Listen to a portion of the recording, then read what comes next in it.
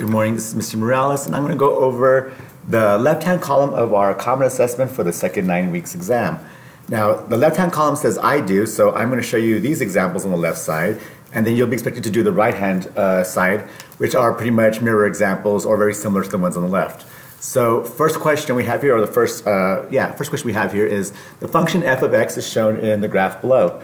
And they want us to graph g of x, which is going to be the same thing as f of x plus 6. So some quick clarification. Remember that f of x is the same thing as saying y equals x.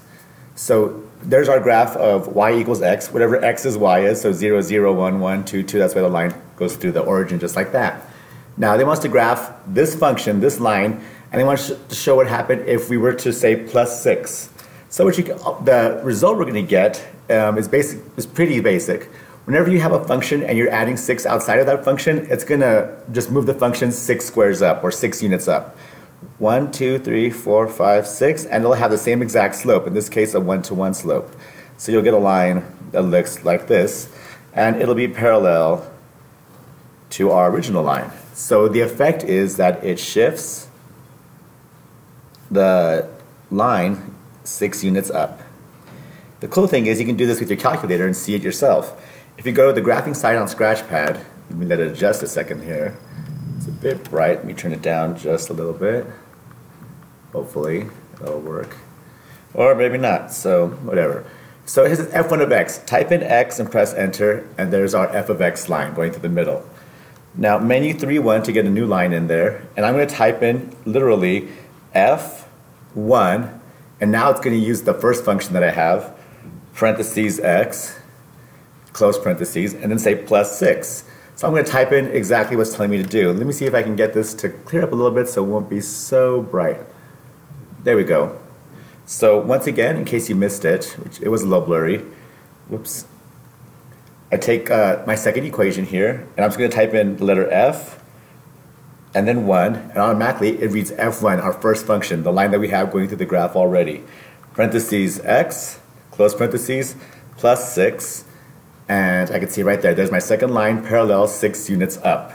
So there's our first example. Our second one here now says if the value of y varies directly with x, and x equals 6 when y equals 2, what is the value of x when y equals 4? Really wordy, but it's pretty simple. Direct variation means that the answer you get, y, is equal to some number we call k, a constant, times every x number that you input. So they give us some examples here. They tell us that when x is 6, we get a y of 2. So I'll use that same formula, y equals kx. I'm going to substitute what we know. We know that the y is 2 when the x is 6. So 6 times some number equals 2.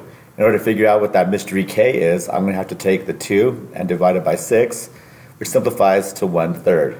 So there's our constant. K is equal to 1/3. But the question follows up is, what is the value of x when y is equal to 4? So if my equation now reads y is equal to 1/3 times whatever x is, they want to know what x is when y is equal to 4. Oops, so I'll substitute that right in there. 4 equals 1/3 x. Now remember, you can't divide by a fraction, you multiply by the reciprocal. So I'll multiply both sides times 3 over 1, or basically just 3. And we get 4 times 3 is 12. So x equals 12. To make it even easier, you could have just n-solved y equals 1, you could have just n-solved 4 equals 1/3 x, and then you still get the same thing, which would be just as fast, not faster. Moving on now. We have our third question here. Excuse me 1 second, and it says, find an equation that is parallel to the x-axis and passes through the point 9, -12. Alright, so I'm going to draw like a little mini grid here. I know the point 9, -12 would be to the right 9, down -12. So it'd be like a point somewhere down here. I have to make a line that is parallel to the x-axis. Here's the x-axis. So parallel means I'm going to have a line that goes through that point, parallel, just like that. So I need the equation now. Well, a flat line like this has a very specific type of equation. This line intercepts the y-axis down here, which means it's going to be a y equals equation, and it hits it at whatever the y value is right here in my point, -12. So y equals -12. There's my equation. And if I had to go one step further, if I had to identify the slope would be 0. Remember, we have the beginning or the top part of a z for 0. But there's the equation of a line that is parallel to the x-axis and goes through that specific point. Next question. Find the slope of 11x plus 6y equals 9. Standard form equation, ax plus by equals c.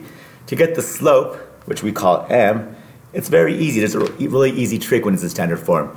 You take your a value and you make it the opposite of whatever it is, and you divide it or simplify it by whatever your b value is. So in this case, I have a positive 11, which I'm going to turn negative, so negative 11, over whatever my b value is, 6. And negative 11 over 6 cannot be simplified, so it just remains negative 11 over 6.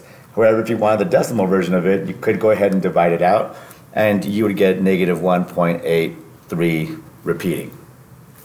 Next one. Here we have a basic system equations. This, you just want to go ahead and use a calculator and use menu 3, 2. You could graph it if you wanted to and find the intersection that way. But when you go ahead and use menu 3, 2, you get the answer very easily to be 5/3, comma 1. This one, the only issue you might have is typing it into the calculator. If that's the case, raise your hand and ask your teacher to help you. The next one now. Here we have our old friend correlation. So this is when you probably need a refresher on more than anything. They want us to find, it says use the table below to find the line of best fit and determine the correlation coefficient. What correlation does the R indicate? So basically we're concerned with the R. The line of best fit is nice, but we're not graphing anything. So I'm going to go ahead and skip the graph and go right to the actual table part. So in our calculator, I'm going to go to new document, and I'm going to go ahead and go to list and spreadsheets. I have an X and a Y column. And I remember if I look at my table here, my X's are from 10 through 70, counting by tens. So starting in this first cell, 10, 20, 30, 40, 50, 60, 70. Now my next set of values are all the Y values. 64, 66, 90. Oops, 64. There we go. 66, 90. 192, 101, 192, 101, and my final value is 111. Remember to press enter, whoops, 111. Remember to press enter to get out of the cell before you start doing any analyzation. So now I'll go to menu. I'm going to go to 4 for stats, number 1 for stat calculations, and what I want is the regression line, number 6. So I'll go ahead and go to, actually no, I don't think it was that. Or was it? I believe it was. There we go. It was regression line, but it was going to be number 3, the slope intercept, mx plus b. So I'll go ahead and go there. My x list is going to be my x values, my y list is my y values. Then I'll go ahead and click OK. And here are all my stats. What I want is just the r, not the r squared, and there's my r value, 0.9203. So my R is approximately, whoops, let me move down here, 0.92. And what does that mean? That indicates a strong, because the closer it is to the number 1, the stronger it is. And 92 cents is close to